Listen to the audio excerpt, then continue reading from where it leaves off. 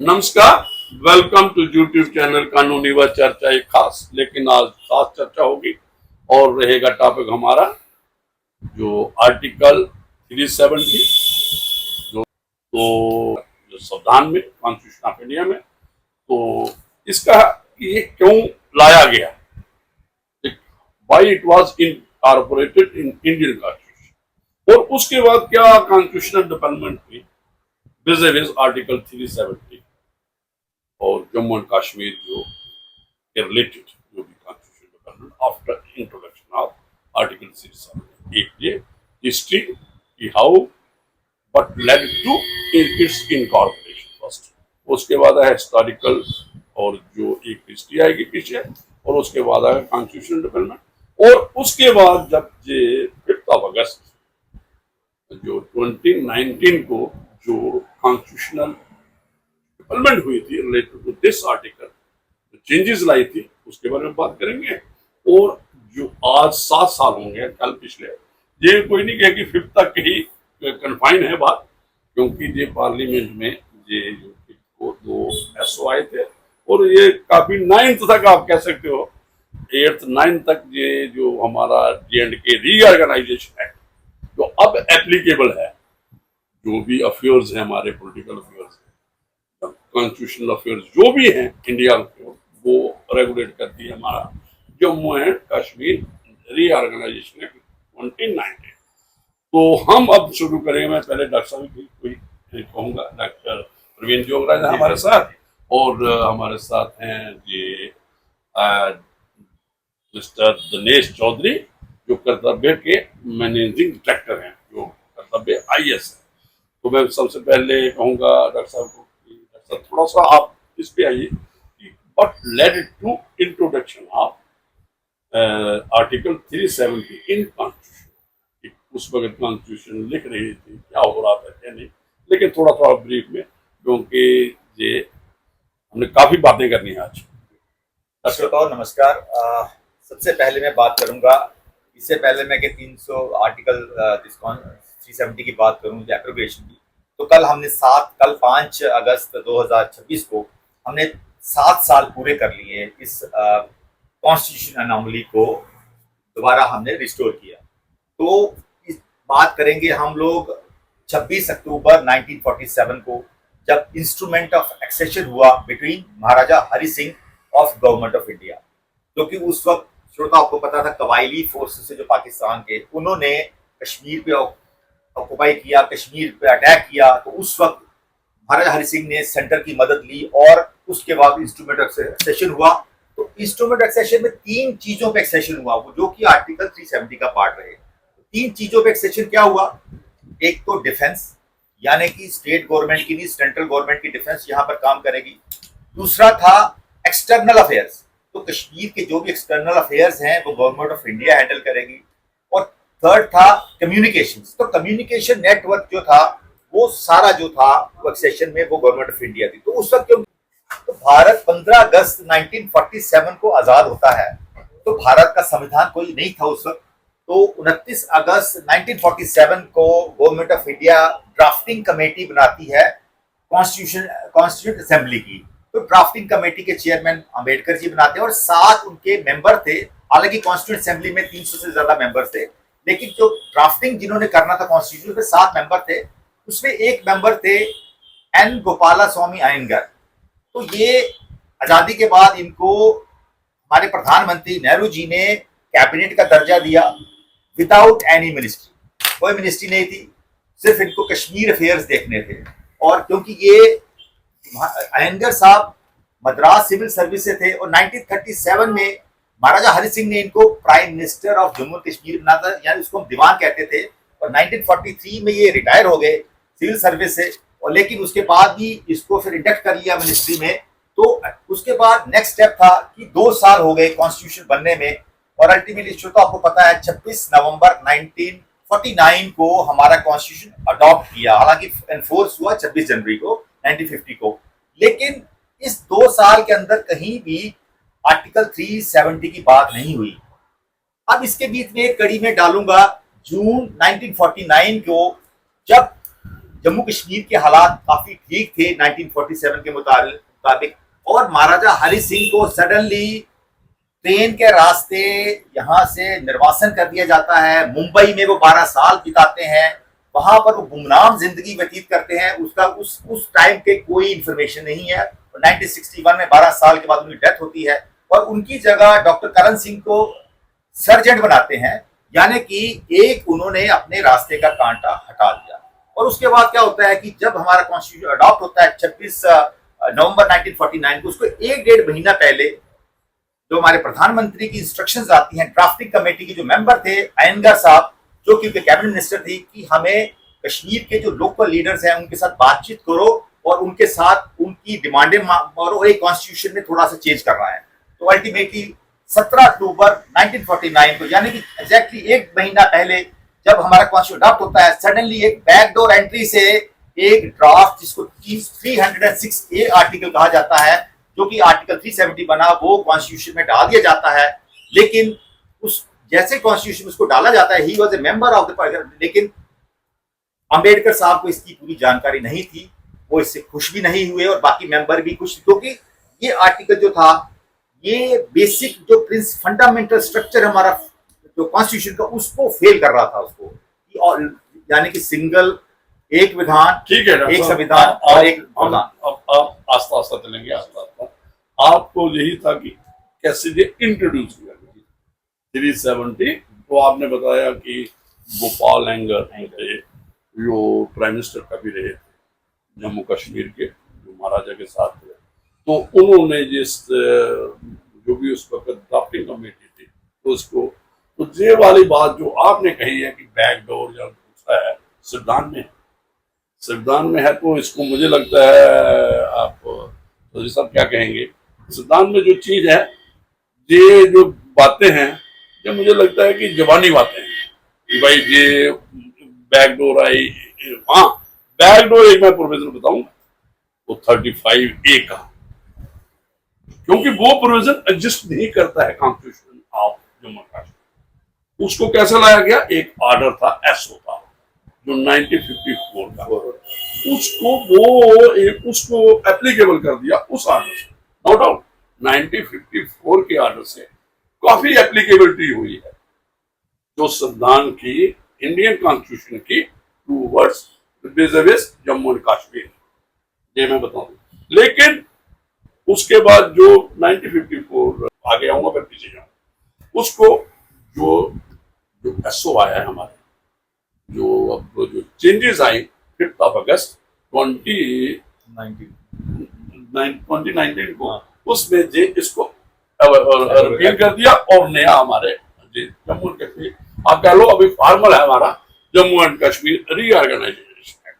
तो जे कैसे हुआ, ये थोड़ा सा मैं इसके बारे में बताऊंगा कि ये आया इस कैसे, जो 5 अगस्त 2019 को क्या जो एक्सरसाइज हुई, इन शॉर्ट क्या था, और इसमें एक्सरसाइज काफी पुरानी थी, काफी बात चल रही थी, क्योंकि भारतीय जनता पार्टी का ये पॉलिटिकल एजेंडा था उनका कि हम इस आर्टिकल को अवेयर करेंगे जब भी हमें टाइम मिले। तो वो उन्होंने 5 अगस्त जो 2019 को किया, और उसके बाद कॉन्स्टिट्यूशन चेंज, मैं 2 मिनट में बताऊंगा कॉन्स्टिट्यूशन चेंजेस कैसे है। तो जो एक कॉन्स्टिट्यूशनल प्रोविजन है जिसको असेल भी किया गया, तो क्या था, सबसे बड़ी बात यह थी कि आर्टिकल 370 था, उसका सब क्लाज 3 था। उस सब क्लाज में क्या था कि प्रेसिडेंट इसको ये आर्टिकल कर सकता है, टेम्पररी है और ट्रांजिस्ट है, ये लिखा गया है कॉन्स्टिट्यूशन में। तो लेकिन इसको कैसे करना है, उसका भी प्रोविजन आर्टिकल 370 जो सब क्लाज 3 है उसमें मेंशन है, कंकरेंस ऑफ स्टेट असेंबली। लेकिन बस अभी जो थोड़ा बीच में थोड़ी बात करें, आप भी करें, लेकिन concurrence of constitute assembly, assembly. तो कॉन्स्टिट्यूट असेंबली क्या है डॉक्टर साहब, कॉन्स्टिट्यूट असेंबली जो ड्राफ्ट बना, देखो जो आपने की बात कि बैकडोर से आया, जो बात है जो आपने बात की, उससे 370 आया, उसने कुछ ऑटोनॉमी दी, ऐसे आपने यही बताया कि 3 सब्जेक्ट जो इंस्ट्रूमेंट ऑफ सेशन में, 4 करेंसी भी थी साहब, करेंसी और कम्युनिकेशन, करेंसी एंड कम्युनिकेशन को भी कॉमन, और जो डिफेंस था तो जो वो इंटरनल ऑटोनॉमी की बात करते थे कि it was with Jammu and Kashmir, जो सुप्रीम कोर्ट ऑफ इंडिया में उन्होंने बात की। तो जो आप कह रहे हो ना, जो बिल्कुल बात वही है। तो फिर क्या हुआ, जब ये सारा जो एक्सरसाइज हुई, उन्होंने क्या कहा, एक सेक्शन आर्टिकल आप पढ़ाते हो बच्चों को, कॉन्स्टिट्यूशन पढ़ाते हो, उसमें आर्टिकल है 367 कॉन्स्टिट्यूशन, वो रिलेट्स करता है डॉक्टर साहब इंटरप्रिटेशन ऑफ जो भी है, जनरल क्लासेस एक्ट के साथ ही पढ़ा जाता है। उसमें है कि आप जो भी कॉन्स्टिट्यूशन या कहीं भी होगा उसको आप इंटरप्रेट कर सकते हो। वो उन्होंने क्या किया, एक ऐसा अमेंडमेंट रेजोल्यूशन डाला, जो भी उन्होंने उसको की कर दिया, भाई ये पढ़ा जाएगा आज से आगे, क्या ये पढ़ा जाएगा कॉन्स्टिट्यूंट असेंबली नहीं पढ़ा जाएगा, ये लेजिस्लेटिव असेंबली पढ़ेगा। तो अब है लेजिस्लेटिव असेंबली, उन्होंने ये एक लॉजिक था, वो सुप्रीम कोर्ट ने भी स्वीकार किया। देखो ना, कॉन्स्टिट्यूंट असेंबली है ही नहीं। ये थोड़ा है कि कॉन्स्टिट्यूंट जो असेंबली उस वक्त 1957 में खत्म हो गई, उसने ड्राफ्ट किया constitution of Jammu and Kashmir, लेकिन ये थोड़ा है लाइव है constitution. It was actually what I think it was already very pre-planned. देखिए They were very pre-planned. If I say wherever I have read, मैं आपको थोड़ी चीजें बताता हूँ। पीडीपी के साथ कोलिशन में आना प्री प्लान्ड, कोलिशन को बाद में तोड़ेंगे, प्री प्लान्ड। कोलिशन जब टूटेगी तो हमारे यहाँ पर जो कॉन्स्टिट्यूशन असेंबली, स्टेट असेंबली जिसको हम लोग बोल रहे हैं, तो जैसे ही स्टेट असेंबली ऑफ कोर्स जब कोलिशन टूट गई तो सरकार गिर गई, और हमारे यहाँ पर एक गवर्नर रूल लग जाता था। और हमारे यहाँ पर जम्मू कश्मीर में अगर 6 महीने से ज्यादा गवर्नर रूल लगे तो प्रेसिडेंट रूल में कन्वर्ट हो जाता है, जैसे सबको पता है। एंड जब प्रेसिडेंट रूल लगता है तो then governor is what we call that the constitution assembly. Governor can act on the behalf of the constitution assembly. नहीं, मैं थोड़ा सा इसमें आपको थोड़ा सा साफ करता हूँ। हाँ, ठीक है, जो आप कह रहे हो आपको मैं और थोड़ा एलैबोरेट इसके फैक्ट्स कर देता हूँ।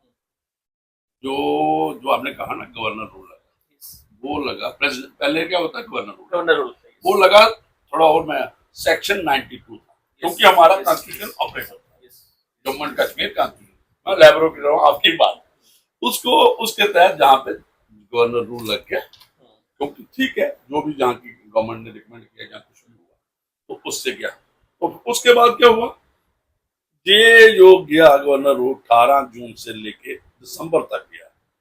दिसंबर में जो आपने कहा कि प्रेसिडेंशियल रूल लगना, 18 और दिसंबर को प्रेसिडेंशियल रूल लगा। प्रेसिडेंशियल रूल कौन लगा सकते हैं, क्योंकि उस वक्त president of India, parliament of वही होता है। Article 75 that president has to act on the aid and advice of the head of the और फिर 356 आर्टिकल है, उसको इन्वोक कॉन्स्टिट्यूशन ऑफ इंडिया के, उसके मुताबिक जहाँ चलता रहा अब तक। जब ये हुआ जो अब आप बात करो आगे, जब ये उस वक्त प्रेसिडेंट ऑफ इंडिया का जहाँ पे रूल था, आर्टिकल 356 था, जब ये कॉन्स्टिट्यूशनल चेंजेस लाएंगे।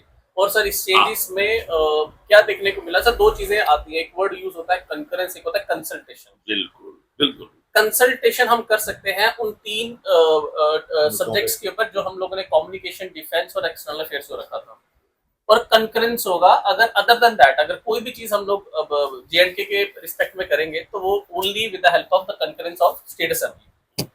अब इन्होंने क्या किया, if the governor is acting as a state assembly, so called as the constitution assembly, तो उसको फंक्शन किया देना। तो अगर गवर्नर चाहे तो means what I meant to say, governor is basically acting as a state assembly. तो मैं बता, जो आप कह रहे हो थोड़ा और बता, तो प्रेसिडेंशियल रूल था, तो प्रेसिडेंट ऑफ इंडिया जो था वो समझे रूल कर रहा था जम्मू कश्मीर, तो ये उसकी एक किस्म का जो एडमिनिस्ट्रेटर था, हम एजेंट नहीं कहेंगे, अच्छा वर्ड एडमिनिस्ट्रेटर था, किसकी तरफ था, प्रेसिडेंट सर एजेंट बोल सकते हैं अगर आप एजेंट ऑफ, ऐसे कर लो उसको, जो पॉलिटिकल जो लेजिस्लेटिव फंक्शन है ना, वो होता है 356 में आपने पढ़ाया होगा बच्चों को, कि वो सारे ले लेती है गवर्नमेंट भी, और प्रेसिडेंट ले लेगा, प्रेसिडेंट ने 4 एड एंड एडवाइस, जैसे डॉक्टर ने कहा, उससे करने तो फिर वो क्या हुआ, जो कंकरेंस की बात जो आपने कर रहे हो ना, कंकरेंस जो है ये जो एक कंसल्टेशन, तो कंकरेंस किससे लेना था, इनका था। जो भी वो कहते थे ये एक ब्लॉक है, क्योंकि 373 सब क्लास 3 में लिखा है कॉन्स्टिट्यूंट असेंबली है ही नहीं, तो ये परमानेंट ये अज्यूम कर गया है आर्टिकल 370, इसको कोई नहीं रिमूव और परमानेंट, लेकिन कॉन्स्टिट्यूशन ये कहता है ट्रांजिस्ट्री है। और जो आप बात कर रहे हो ना काम, इसको पढ़ो आप 370 में ही, जो इसमें कंकरेंस चाहिए थी, जो इसमें कंकरेंस चाहिए थी, जो इसमें था सब सेक्शन, इस पे कंसल्टेशन की बात नहीं है। किसमें, जो सब सेक्शन 3 में थी, अगर इसको आपको करना है, इसको खत्म करना है, रिपील करना है, अगर ये आर्टिकल 370 निकालना है, तो देन फिर क्या है,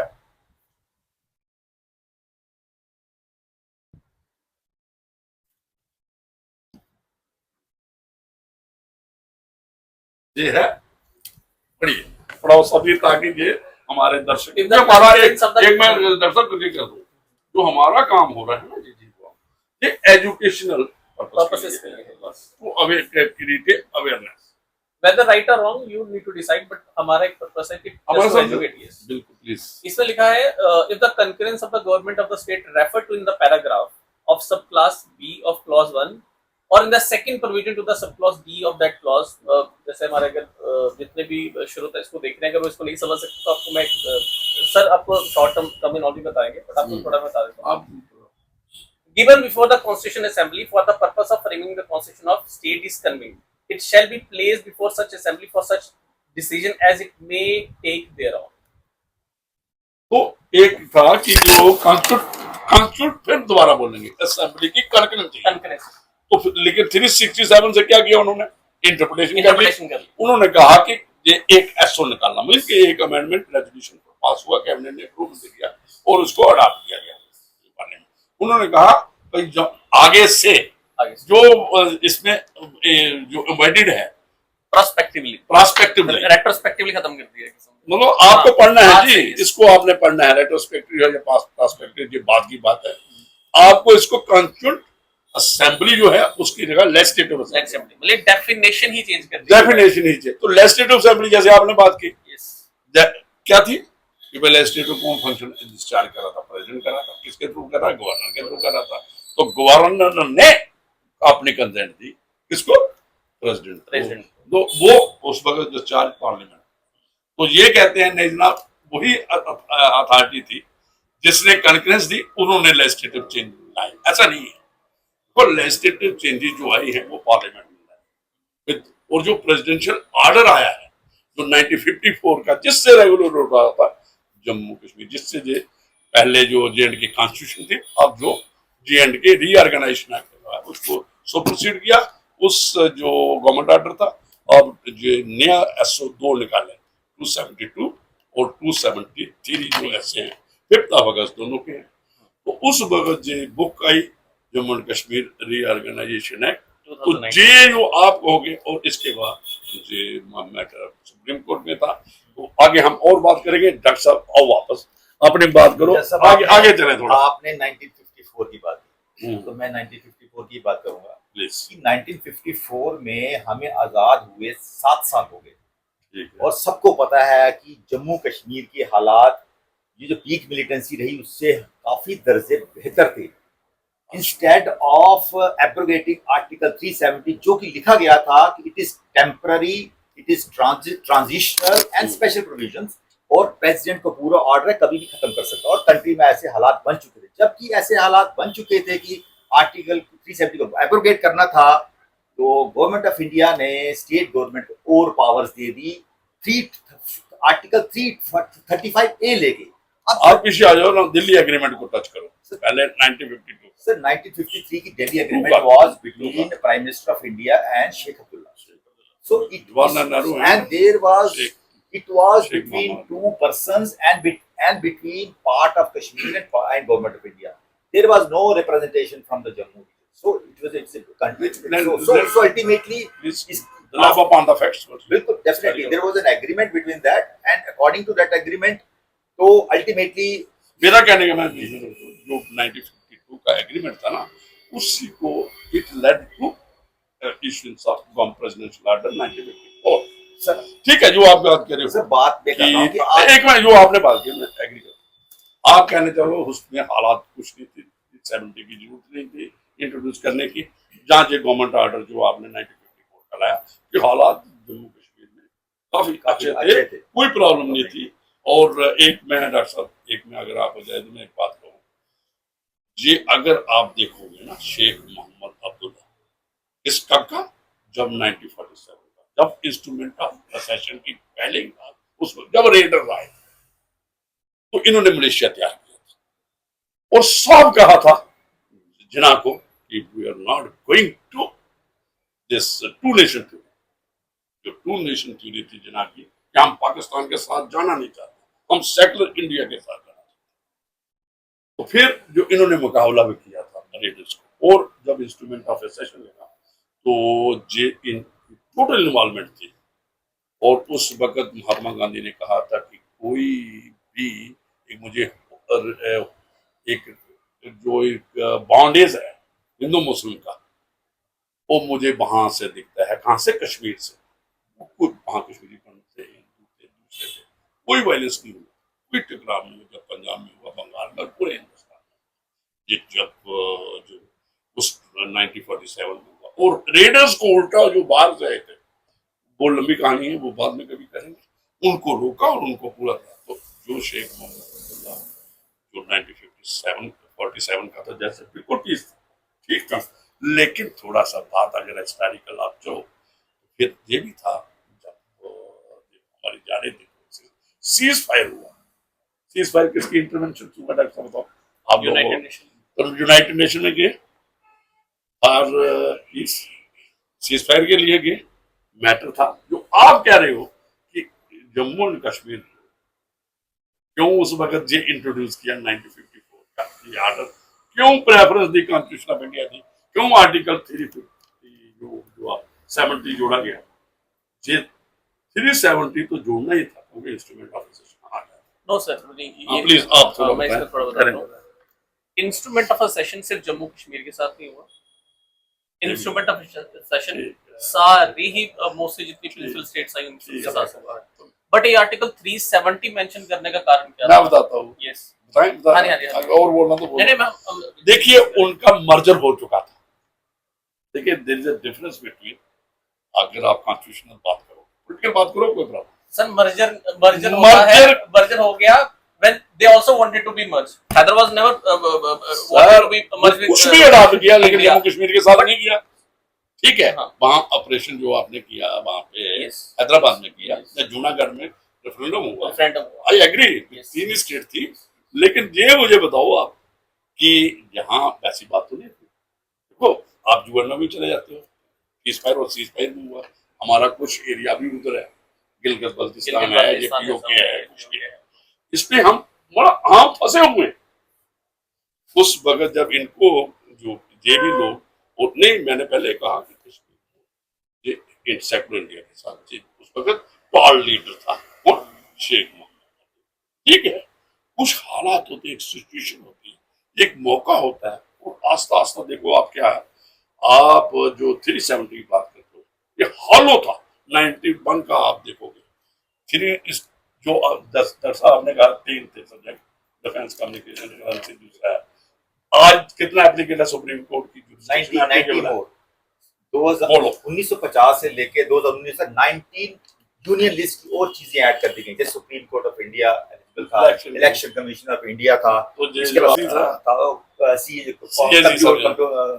सीएजी जो कैग था वो भी था, इसके अलावा काफी और चीजें थी जो काफी ये शैलो हो चुका था इकोनॉमी इसके साथ। लेकिन मैं बात यही कर रहा था कि 54 में मोर पावर्स दे दी गई स्टेट लेजिस्लेचर, परमानेंट रेजिडेंट जो हम स्टेट्स में बनाते हैं 35A की बात कर रहा हूँ, उसकी जरूरत नहीं थी। उस वक्त हटाने का टाइम आया था, उस वक्त हटाने के बजाय और पावर्स दे दी गई। क्या पावर दे दी गई? यानी कि परमानेंट रेजिडेंट सर्टिफिकेट, यानी कि प्रॉपर्टी का, लेकिन इसके बारे में डॉक्टर साहब आप भी नहीं सर, सुनो, ये थोड़ा सा बताइए। इसका मैं कुछ चीजें थोड़ी बताता हूँ। पहले तो again the question comes why article 370 when instrumentation was already there. जैसे सर ने बोला कि ऑलरेडी कुछ ने इंटीग्रेट कर लिया था, कुछ ने नहीं किया था। तो सर मैं बता दूं, 6 ऐसे प्रिंसली स्टेट्स है जिन्होंने टोटली मना कर दिया था हम नहीं इंटीग्रेट करेंगे। उनमें से त्रावणकोर था, जिन्होंने 15 अगस्त को जैसे ही अनाउंस हो गया था कि 15 अगस्त को हिंदुस्तान आजाद हो रहा है, उसके ही कुछ 3-4 दिन पहले जिन्होंने ज्वाइन किया, just on the what we call that, not a compulsion but on the reference provided by the Vallabhbhai Patel, Nehru ji, even the what we call that the last governor general जिनको वॉइस से बोला जाता है, माउंटबेटन। इन तीनों का कहीं योगदान था, जिसमें त्रावणकोर, भोपाल और एक राजस्थान की जो आई थिंक प्रिंसली स्टेट, मुझे उसका नाम याद नहीं आ रहा। देन 3 वर लेफ्ट, 3 एक Hyderabad, Junagadh and Jammu and Kashmir. Hyderabad we taken by that operation, yes. उसके बाद सर हमारे पास आया जूनागढ़। ना जूनागढ़ में जिन्ना नोज की मेरी टेरिटरी कोई लगती नहीं इसके साथ, जूनागढ़ के साथ। तो अगर हम इसको कल को अपना पार्ट बना भी लेते हैं तो इट्स बेटर कि जम्मू कश्मीर को अपने साथ जोड़ा जाए rather than Junagadh. Otherwise Junagadh में रेफरेंडम होना, जम्मू कश्मीर में ना होना, ये थोड़ा कुछ मैच नहीं करता। तो इन्होंने क्या करवाया, अब सरदार वल्लभ, जूनागढ़ जो एरिया था वो सरदार वल्लभ भाई पटेल का गढ़ था। वो जो गिरनर एरिया है जहाँ पर गिर नेशनल पार्क है समथिंग, उसी के पास उनका जो है कहीं गांव था समथिंग, सिटी, जो भी मुझे एग्जैक्टली नहीं पता। तो Sardar Vallabh Patel was very convinced, yes, very confidence कि कहीं ना कहीं जूनागढ़ में अगर रिफरेंडम की बात हो रही है, Jinnah was also convinced yes referendum कराओ, बिकॉज़ ही नोस कि जम्मू कश्मीर मुस्लिम मेजॉरिटी है और जूनागढ़ इज हिंदू मेजॉरिटी। तो अगर यहाँ पर रिफरेंडम होता है तो जम्मू कश्मीर में भी होगा। वो कंडीशन यही थी डॉक्टर साहब। देखिए क्या है, आप जो बात करते हो ना, तो बात करते हो ना, जो आप बात कर रहे हो कि भाई ये एक कंडीशन रखी थी। उन्होंने कहा देखो अगर जूनागढ़ में हो रहा है तो कश्मीर में भी होगा। लेकिन ही वाज वेरी रेडी। कोई ऐसे कारण थे, शेख मोहम्मद अब्दुल्ला जब तक वो था, ठीक है, आगे 1953 के बाद क्या हुआ, क्या उसका चेहरा बदला, क्या उसके वो हुआ, और 1975 की उसकी लाल चौक की अगर आप स्पीच सुनोगे, मैंने पूरी सुनी है, अगर वो स्पीच सुनोगे, उसने जिन्ना को, पाकिस्तान को इतना लताड़ा। जब वो 370 में दोबारा उसको आया, उसको पावर दी गई, इंदिरा गांधी शेख एग्रीमेंट हुआ, तो वो फिर उसने वहां पे दी, उसने बिल्कुल लताड़ा कि आप लोगों ने हमारे जो रेडर्स के बारे में बोला और उसने 2 नेशन थ्योरी के बारे में बोला, ठीक है, कुछ कारण होते हैं। देखिए कोई भी चीज है, जब हम कोई भी चीज है इसको बड़े प्यार से, जैसे ये जो 25 अगस्त 2019 को हमने चेंजेस लाई, जो आपने कहा था कि ये एक बहुत बड़ी एक्सरसाइज है, इतना बड़ा एक्ट बनाना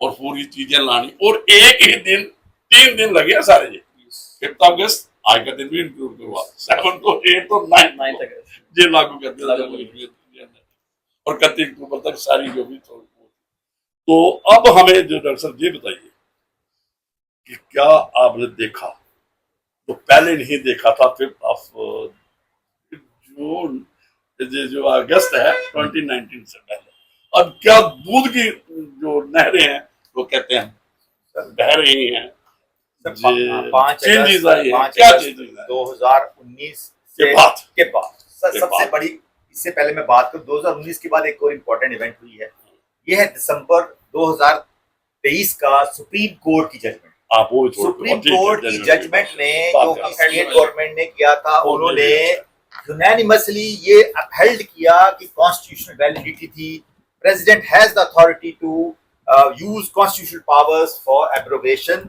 और 370 was definitely a temporary measure at that time.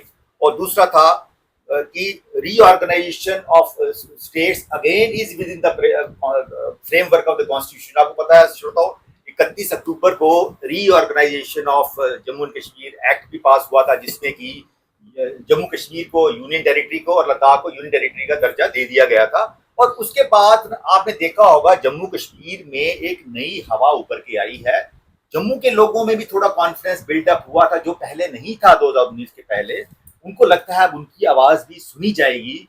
और सबसे बड़ी बात मैं बताऊं, उसके बाद जो सबसे बड़ा, मैं डॉक्टर हूं, 2 एम्स इंडिया की पहली स्टेट है, अब तो स्टेट भी नहीं यूटी है, जिसमें 2 एम्स एक ही स्टेट में है। किसी भी इंडिया की स्टेट में 2 एम्स नहीं है। एम्स जम्मू ऑलरेडी विजयपुर चल रहा है पिछले 30 साल से, और एम्स का अवंतीपुरा जो है इस साल जनवरी में स्टार्ट हो जाएगा। ये बहुत बड़ी उपलब्धि है। इसके अलावा 5 नए मेडिकल कॉलेज खोले गए, जो वो भी 370 के बाद, उससे पहले कोई सोच भी नहीं सकता। जीएमसी रजौरी, जीएमसी डोडा, जीएमसी बारामूला और जीएमसी एक और श्रीनगर में खोला गया। तो इसमें 5 नए मेडिकल कॉलेज खोले गए, जिसमें हेल्थ इंफ्रास्ट्रक्चर काफी इम्प्रूव हुआ। और सबसे बड़ी बात, आयुष्मान भारत पीएमजेवाई योजना लागू हुई, और अगर 370 नहीं होता तो ये जो योजना, जैसे आपको पता ममता बनर्जी ने वो ये योजना अपनी स्टेट में नहीं लाई और अब लागी है, तो इसमें 5 लाख की फ्री बेनिफिट है, और हमारी स्टेट में सबको है 5 लाख तक फ्री ट्रीटमेंट है, और ये सबसे बड़ी योजना है जम्मू कश्मीर में लागू हुई। इसके अलावा अगर आप बात करें कि और बड़ी, जो आप रोड की बात करें तो दिल्ली अमृतसर, आप इस चार्ट में करते हैं बात, आपकी फिर लंबा हो जाएगी। आप कहते हो इंफ्रास्ट्रक्चर जो भी डेवलपमेंट हुई वो 2019 अगस्त के बाद बहुत ज्यादा हुई, और लोगों को कॉन्फिडेंस जो बना। सबसे यो खतरा था, एक बात थी, 2 बातें थी कि डेमोग्राफी चेंज, कश्मीर में इंडस्ट्री, कश्मीर में हम लोग अपने बसाएंगे, ताकि इंटेग्रेट हो जाएगा Jammu and Kashmir with India.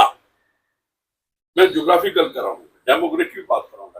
तो आप भी बताओ, फिर डॉक्टर को भी पूछते हैं। Sir I don't think Kashmir में डेमोग्राफी का कोई असर जहाँ पे पड़ेगा तो जम्मू में पड़ेगा। है कोई चेंजेस कोई एक्सपेक्ट कर रहे हो? सर अब आई डोंट थिंक कि, मैं आपको बताता हूँ जिस क्लॉज का ये रेशो से, जिस पर्टिकुलर चीज की बात होती है कि some of the people got the domiciles, उसके भी कुछ क्राइटेरिया रखे हैं कि जिनके जो खासकर जो जैसे इंडियन पुलिस सर्विसेज से हैं जो यहाँ रह रहे हैं समथिंग, जिनके बच्चों ने 10th और 12th यहाँ पर की है, ऑफ कोर्स कहीं ना कहीं बहुत बहुत कम लोग हैं, बहुत कम लोग हैं समथिंग, नॉमिनल इन्वॉल्वमेंट है डेमोक्रेटिक चीज में। तो आपने कहा कश्मीर में आपने पहले ही निकाल दिया। और दूसरा बताओ, जो डॉक्टर साहब आप बताओ, क्या एम्प्लॉयमेंट का, ये तो ठीक है जो डेवलपमेंट होती है, ये जो चेंजेस आई हैं, इंफ्रास्ट्रक्चर बड़ा दूसरा भी है, मैं नहीं ये कहूंगा कि दूसरी स्टेट में नहीं इसमें ज्यादा बड़ा है या कम बड़ा है, मैं इसमें नहीं। तो आपने कहा ठीक है, मैं ये कह रहा हूँ अभी मेरा क्वेश्चन ये है आपको, ये आप बताओ मुझे डॉक्टर साहब कि ये जो डेमोग्राफिक एक बात आ गई, देखो नौकरियों के बारे में, एम्प्लॉयमेंट के बारे में हमने प्रोटेक्ट करा, एम्प्लॉयमेंट किसकी रहेगी? सभी को मिलेगी जो यहाँ पे हैं, जिनका डोमिसाइल है। डोमिसाइल ये कोई पीआरसी से अलग नहीं। और लोग जब बात करते हो ना आप 35A की, आप कहते हो तो लोगों का कहना, जो दूसरे लोग हैं वो कहते हैं जनाब ये तो महाराजा हरि सिंह का ऑर्डर था, 1927 का हेरिडेटरी हमारे पास परमानेंट रेजिडेंट का, वाइट डोमिसाइल बना। तो 35A ये तो यही प्रोटेक्ट करता था, सेफ गार्ड देता था। कैसे देखते, थोड़ा बोला है जैसा आपकी बात बिल्कुल सही है। 35A में जो प्रोविजंस थे, चाहे बैकडोर से आया, कैसे भी आया, लेकिन तो सर जो 35A में जब मिला तो सेम प्लेयर्स दिल्ली में थे और सेम प्लेयर्स जम्मू कश्मीर में थे, तो उन्हीं की आगे चर्चा हुई, और 35A में इतनी पावर्स मिल गई कि प्रॉपर्टी की पावर्स और बड़ी पावर्स मिल गई, स्टेट लेजिस्लेटिव असेंबली को पावर्स मिल गई। और उसके बाद बाहर का कोई आदमी बिल्कुल भी, मतलब 37A 370 यही आप पूछ रहे हैं, बताओ ना कितने लोग यहाँ पे आगे डेमोग्राफिक के, जहाँ कितनी इंडस्ट्री लगी जम्मू कश्मीर में, जो 35A एग्जिस्टेंस में था, जब महाराजा को 2 आंसर देने हैं, महाराजा के टाइम पे भी जहाँ पे पीआरसी होता था, आप उसी को, इनका कहना वही कैरी कर रहे हैं आइडेंटिटी। डेफिनेटली इनका कहना यही है, लेकिन हालात बदल चुके हैं विद चेंजेस। महाराजा हरि सिंह तो 1949 के बाद उनका तो आता पता ही नहीं है, तो उनको तो कहीं भी किसी भी जगह रजामंदी उसकी ली ही नहीं गई।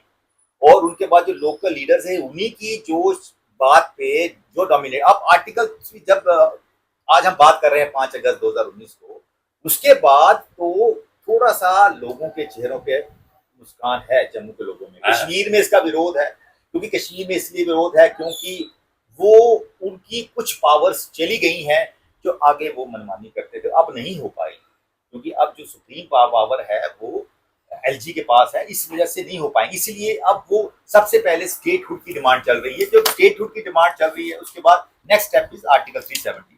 तो ये जो मुद्दे हैं, बेसिकली मैं आपको एग्जांपल दूंगा सर। देखिए जम्मू में, अच्छा अभी डॉक्टर साहब इसको अब ये बात करो, आप ये दोनों बताओ।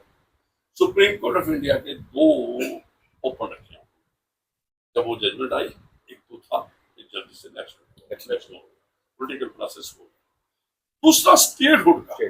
स्टेटहुड को तो जम्मू कश्मीर के लोग भी मानते, everybody is in favour of statehood. तो फिर जो स्टेटहुड का क्यों नहीं दे रही गवर्नमेंट ऑफ इंडिया, क्या कारण है, क्या नहीं कारण है, इसके बारे में थोड़ा।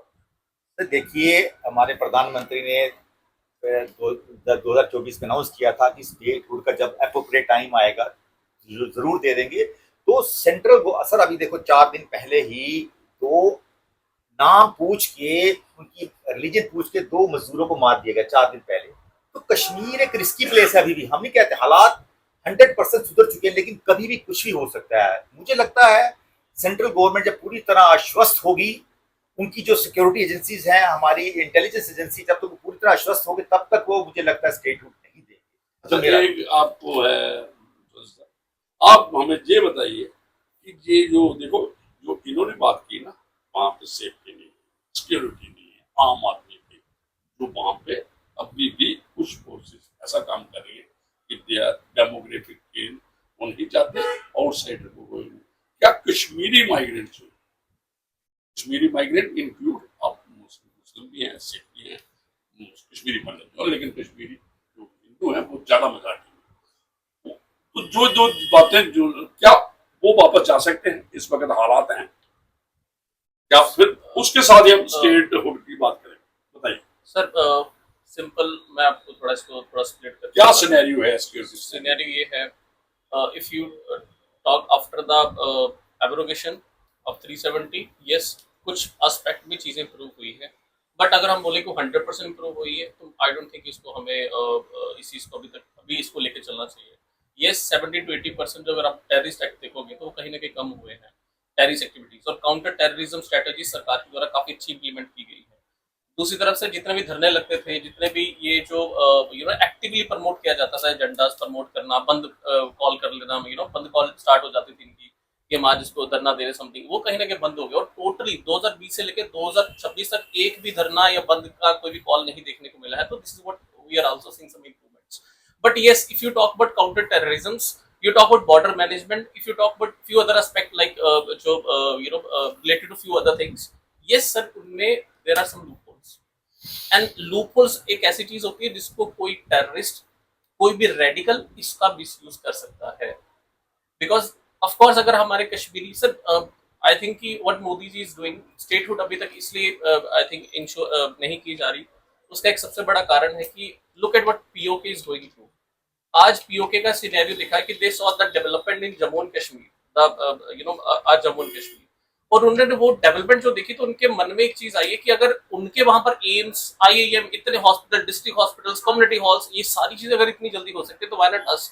तो मुझे लगता है सरकार इस चीज को इसलिए बांधे हुए है, they want to set some example also towards the so called as PoJK, I will not say PoK, it's PoJK. तो उनके लिए एग्जांपल भी शो हो रही है कि see how a governance model is. Governance model does not depend on the religious identity you carry. It depend upon how much आपकी क्या सर एक वर्ड यूज, सिंसेरिटी, आपका कंसाइंस, आपका क्या what your conscience is telling you।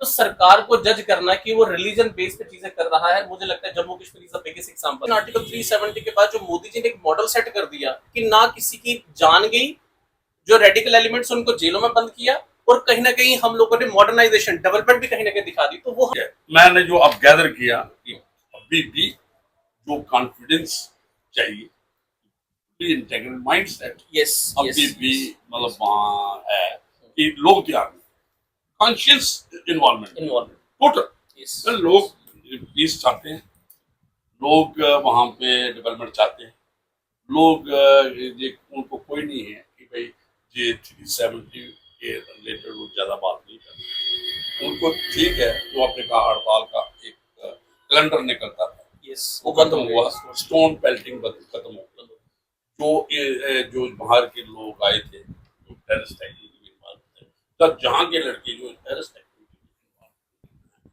थे वो बहुत कम हो, और जो हमारी जो फोर्सेज हैं, सिक्योरिटी फोर्सेज, वो डोमिनेट में। बट ये टेररिस्ट जो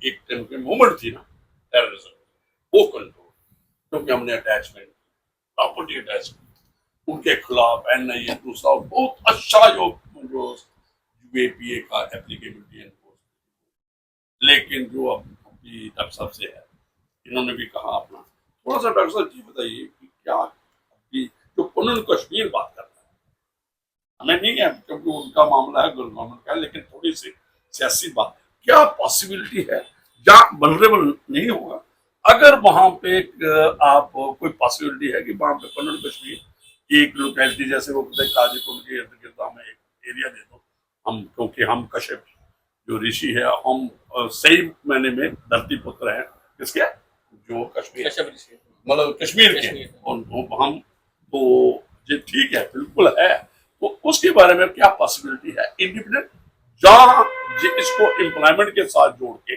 ये जो इंफ्रास्ट्रक्चर किए जाए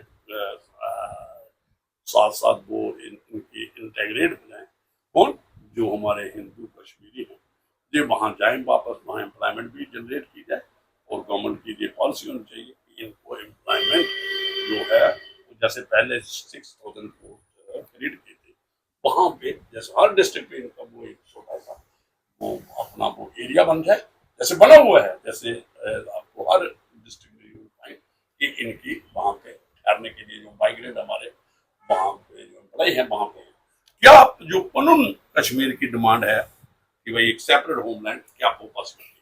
सर देखो, पनून कश्मीर की डिमांड जो है वो बिल्कुल जेन्युइन है, लेकिन अगर प्रैक्टिकली मैं बात करूं, प्रैक्टिकली ये पॉसिबल नहीं है सर। अगर जिस दिन गवर्नमेंट ने ये कोशिश की, जिस दिन कोशिश की पनून एरिया बनाने की, मैं आई एम कॉन्फिडेंट वो हड़ताल कश्मीर में स्टार्ट हो जाए।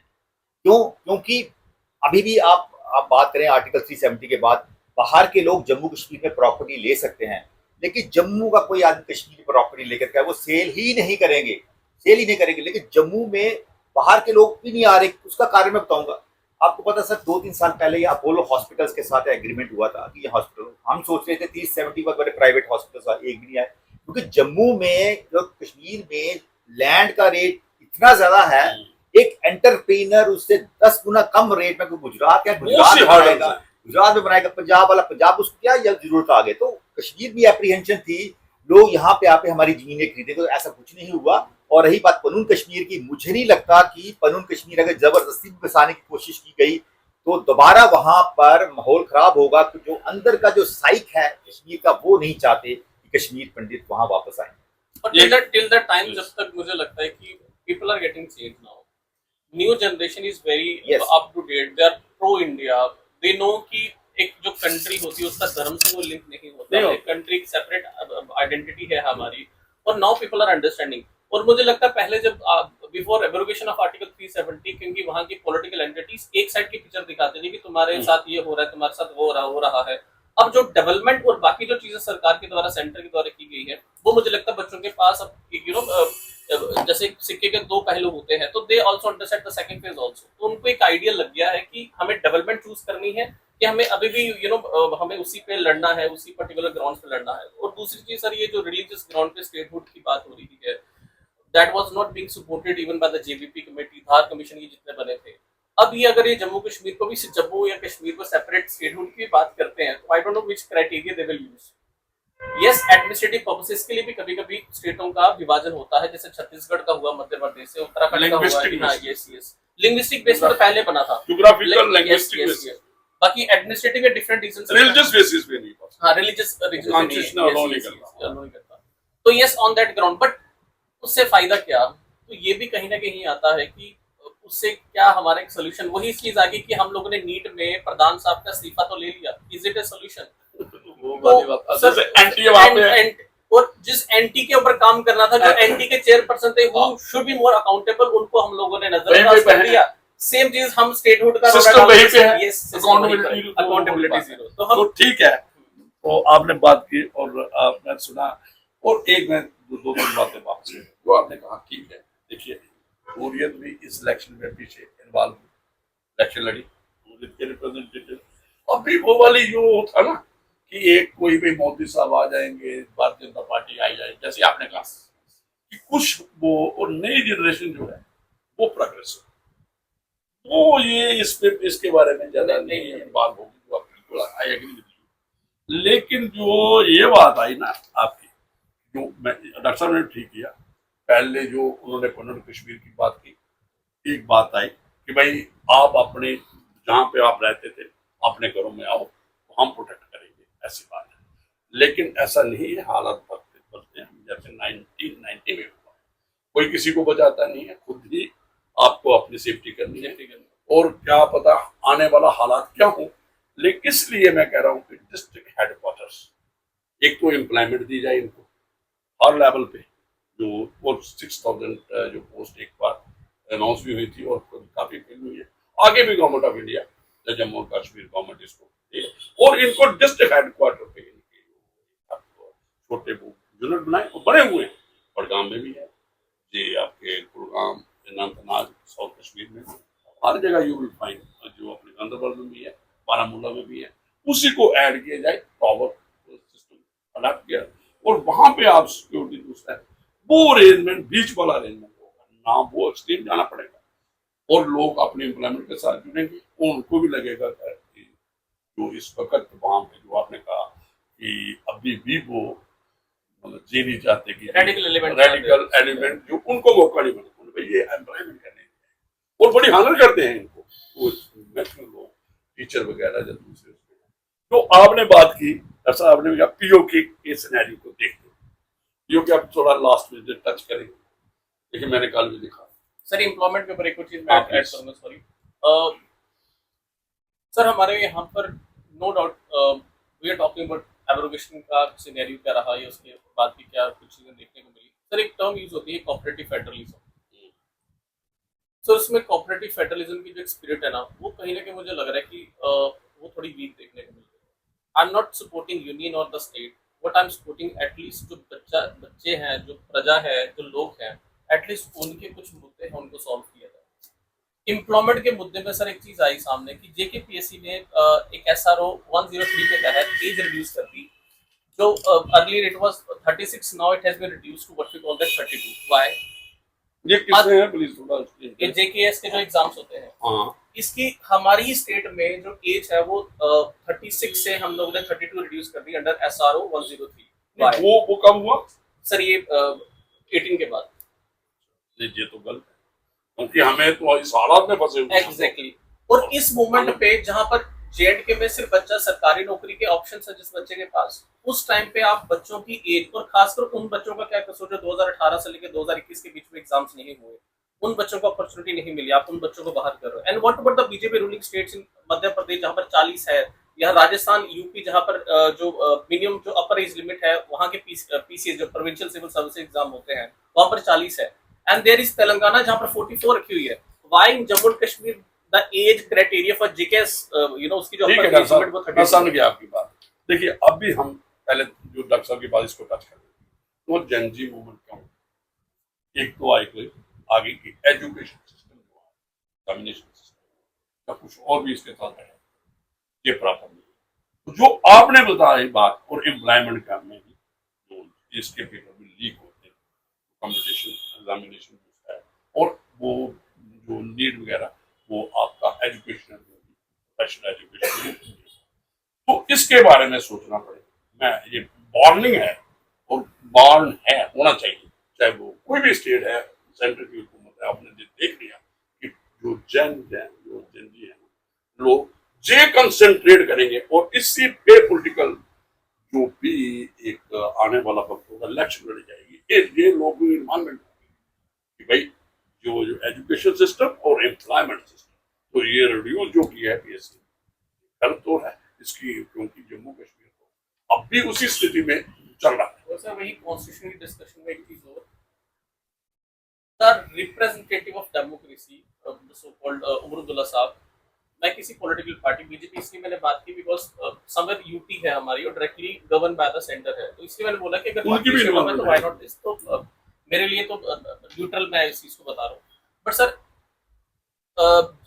एक ही साल के अंदर दो पेपर लिए गए, ठीक है, वो मुद्दा भी हम लोग भी समझते हैं।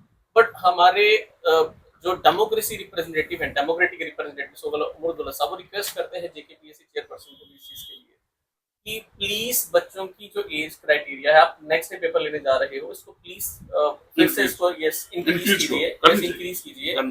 And sir I could not believe कि जो डेमोक्रेसी इंस्टीट्यूशन के हेड हैं उनकी बात को इग्नोर किया गया। एंड आई नॉट कि ये JKPSC chairperson, of course JKPSC chairperson has to take permission from the governor. तो what I meant to say कि एट द बच्चे फंसे हुए सर बीच में। दो इंस्टीट्यूशन की आपस की लड़ाई में अगर आम जनता ये जो बच्चों का मैंने बता दिया, ये बहुत बड़ी मूवमेंट होगी। जनजी एजुकेशन सिस्टम, एग्जाम वगैरह, जहाँ एम्प्लॉयमेंट सिस्टम ठीक कर लो, जहाँ कहीं कोई भी, तो नहीं तो आगे जो पॉलिटिकल लोग हैं उनको समझना पड़ेगा, चाहे इधर है या उधर है। तो आप आ जाओ पीओ के पे, तो पीओ के में जो डेवलपमेंट हो वहाँ पे जबरदस्त एजुकेशन लोग जाग चुके हैं, वो वहाँ पे बात कर रहे हैं। ठीक है, जो वहाँ पाकिस्तान के लोगों को कहते हैं जी ये कराया किसका है, इंडिया का है, हिंदुस्तान का है, वहाँ डिस्टर्बेंस ऐसा कुछ नहीं होता। ये वहाँ के लोगों की काफी डिमांड रही, और जो आप अपने टैक्स भरोगे ना, वो वहाँ पे उनको सही तरीके से रिप्रेजेंटेशन नहीं हो रही, मिल रही।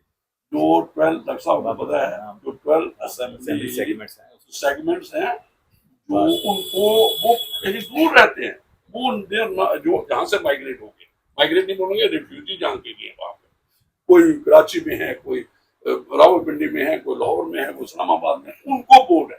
वो सबसे उनको ये एक पॉलिटिकल बात है भाई, ये लोग आते हैं और सारा फिर ये इन्फ्लुएंस कर लेते हैं किसको, पॉलिटिक्स को। मिनिस्टर वो लोग हैं, और वो उनका क्राइमस किसके साथ है, गवर्नमेंट ऑफ पाकिस्तान।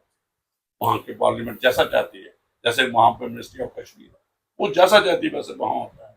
और एक बात है, प्रेसिडेंट ऑफ पीओ के है, जहाँ अगर पीओ का प्रेसिडेंट है तो फिर उसको इंडिपेंडेंट एक्शन करना चाहिए, सारी पावर उसके पास हो। उसको कब इन्वॉल्वमेंट उसकी 1974 में कॉन्स्टिट्यूशन बना पाकिस्तान, उसमें इनको जोड़ा गया। अच्छा, दूसरी बात मेरी है, सुप्रीम कोर्ट ऑफ पीओ जेके, आपने कहा जो जेके बोलो जेके, और मैक्सिमम एरिया जेके जम्मू का ही है, और पहाड़ी की भी नाम जो कश्मीरी से नहीं है, जो ज्यादा लोग हैं। पीओ जेके के बारे में बात करना चाहता था। प्लीज। ये लाइमलाइट में इसलिए आया क्योंकि पाकिस्तान में कॉन्स्टिट्यूशन चेंज हुआ है, हो रहा है, जिसमें कि प्राइम मिनिस्टर नहीं रहेगा, ओनली प्रेसिडेंट रहेगा। तो आने वाले वक्त में नवाज शरीफ ये वगैरह प्रेसिडेंशियल फॉर्म ऑफ गवर्नमेंट ये ऑलमोस्ट अंडर प्रोसेस है, और हाँ ये अंडर प्रोसेस है और हो भी जाएगा, सो दैट जैसे मुनीर जैसे प्रेसिडेंट, वो वहाँ के प्रेसिडेंट प्राइम मिनिस्टर को ना रहे। और ये न्यूज कहाँ पर, ये अभी इसी के चर्चे, परसों का मैं न्यूज सुन रहा था, नवाज शरीफ ने इच्छा जाहिर की कि मेरा मन है क्या मैं प्राइम मिनिस्टर ऑफ पीएजेके बनूं। He wants to become prime minister of PAJK. जैसे जज साहब ने बताया कि वहाँ 12 असेंबली सेगमेंट्स हैं, और जो भी एमएलए चुने जाते हैं सब बाहर रहते हैं, कोई पीएजेके का नहीं है। तो अल्टीमेटली ये जो रिप्रेशन चल रही है पीएजेके के रेजिडेंट्स की, एमएलए उनके बाहर के हैं, कोई लाहौर है, कोई कराची है, कोई अमेरिका में है, वो बने हैं और आके मिनिस्टर बनते हैं। और अल्टीमेटली पीओजेके में इतनी ज्यादा ऑपरेशन है, जैसे अब दिनेश जी ने भी बताया कि अब जो आर्टिकल 370 के बाद जो जम्मू कश्मीर की डेवलपमेंट हुई, वो लोग देख रहे हैं, उनकी प्लानिंग नजर है। सियालकोट यहाँ से थोड़ी दूर है, हमारे आरसपुरा से 12 किलोमीटर दूर है, तो वो लोग देख रहे हैं हमारी तरक्की। तो इसीलिए वो चाहते हैं कि हमें भी आजादी दो, और इसीलिए उनकी जो, और काफी मैंने सुना है कि इवन यूनाइटेड नेशन मसला अभी डॉक्टर साहब 1994 का रेजोल्यूशन हमारे पास, तो क्या आप लोग एक मिनट में, दो मिनट में बात करेंगे हम, तो ये सजेस्ट करें कि 1994 का जो रेजोल्यूशन है पार्लियामेंट का, पीओजेके को इधर लाना है, अपने साथ इंटेग्रेट करना है, तो वो उनके लोगों की, जो आपने भी कहा, सभी कह रहे हैं, न्यूज में है कि वो खुद चाहते हैं, जैसे आपने कहा काफी अट्रैक्टेड हैं जो हमारी डेवलपमेंट, या सोशल डेवलपमेंट से दूसरे इकोनॉमिक डेवलपमेंट उसके देखते हुए, तो बताओ मुझे कि क्या कितना जल्दी हम वहां तक पहुंचे। जैसा देखो आपकी जो आजकल की जो सर वॉरफेयर आपने देखा होगा, अभी अमेरिका जो आजकल की वॉरफेयर लड़ाइयों से नहीं जीते, तलवारों से बंदूकों से नहीं जीते, आजकल की जियोपॉलिटिक्स के कोल्ड वॉर जीती जाती है। तो ये जो की जो हालात है, मुझे नहीं लगता भारत को कोई एग्रेशन लेने की कोई जरूरत, एग्रेसिव स्टेप लेने की जरूरत है। जो पाकिस्तान में अब जो गवर्नमेंट चेंज होने जा रही है, जो वो रिप्रेशन कर रही है, मुझे लगा आने वाले वक्त में खुद ब खुद हालात ऐसे बनते जाएंगे कि ये जो हालात जो है पीओजेके की, हमें ऑटोमेटिकली ये जो आजाद हो जाए। मैं आपकी जवाब का दो, फिर आप तो एक मिनट, जो आपने कहा ना, जी, जो 95% जो हैं यही जोरी पुंछ पूरी कुपवाड़ा का इलाका है, सारे एक है। तो इनका आना बड़ा इजी है हमारे साथ। एक एक वही लैंग्वेज है, वही है, सब कल्चर एक है, शादियां एक होती हैं, सब कुछ एक है, कोई प्रॉब्लम नहीं। तो अब थोड़ा आप बोलो, फिर मैं एक और बात। सर मुझे ऐसा लगता है कि अगर हम हड़बड़ी में इस चीज को बोले कि हमें पीओके भी चाहिए, जियोपॉलिटिकली यस, इन टर्म्स की वहां से चाइना की रूट जैसे कॉन्सेप्ट है, सीपेक है, China Pakistan economic corridor and all something, geopolitically yes, but अभी मुझे लगता है इंडिया अभी भी अपने लूप होल्स वर्क कर रहा है, जहां पर टेररिज्म, काउंटर टेररिज्म स्ट्रेटजी उस पर काम कर रहा है। तो मुझे लगता है कि integration of earth part, so what is PoJK, वो अभी मुझे लगता है वो हम तब करें जब हमारे पास जो चीजें पड़ी है, जब तक वो सॉल्व नहीं हो जाती। बिकॉज ये हड़बड़ी में कोई चीज करना आई डोंट थिंक सोल्यूशन। और India already critical minerals, rare earth elements, ऐसी चीजों पे, सेमीकंडक्टर मिशंस पे काम कर रहा है, जो आने वाले टाइम पे पाकिस्तान को भी जरूरत पड़ेगी। बिकॉज चाइना ठीक है प्रोवाइड कर रहा है, China is surplus providing 80 to 90% critical minerals, बाकी चीजें जैसे सर ने बोला कि टुडे आज वो समय नहीं है कि आपस में लड़ा जाए, दैट ओल्ड वॉर कॉन्सेप्ट्स। आज लड़ाई है किसके पास सबसे ज्यादा मिनरल्स है, किसके पास सबसे ज्यादा पानी के रिसोर्स है, किसके पास बाकी सारी चीजें हैं। तो यस, पीओजेके हमारे पास आना चाहिए, बट हड़बड़ी में नहीं। अगर वो डेवलपमेंट के साथ, एक रेफरेंडम के साथ, किसी अलग पर्पस के साथ आते हैं तो दे आर मोस्ट वेलकम। तो ठीक है, जो आपने बात की, डॉक्टर ने कहा, वही बात है कि वो लोग खुद डिसाइड करेंगे, रेफरेंडम होगा वहां पे हमारे साथ। तो हम अभी, मैं 2 मिनट में करूंगा कि हमें बेनिफिट क्या होगा। देखिए क्या है, अगर ये हमारे साथ आता है तो जियो पोलिटिकली, जहाँ जो हमारी डेमोग्राफी चेंजेस है ना, सीधा हम कहाँ पहुंच जाएंगे, सेंट्रल एशिया। आगे हम जो हमारे साथ आगे ही अफगानिस्तान में हमारा पूरा उनके साथ है, हमने समझो एक किस्म की इनडायरेक्टली हमने उनको मानता भी, जो भी हमारा मान, क्योंकि हमारा बहुत बड़ा स्टेक वहां पे इन्वॉल्व है। तो सीधा हमें जरूरत नहीं है किसी को भी, स्ट्रेटेजिक जो लोकेशन है, तो जिस आगे निकल चुका है, जो आपने कहा सी पैक रिडेंडेंट हो चुका है, ग्वादर जो एयरपोर्ट है वो हो चुकी है। तो जिस दिन हमारे पास ये हो गया तो सारा हमारा सेंट्रल जो है पाकिस्तान वही रह जाएगा उधर करके, ये सारा हमारा सेंट्रल एशिया काफी आज के लिए। तो काफी बातचीत हुई 370 के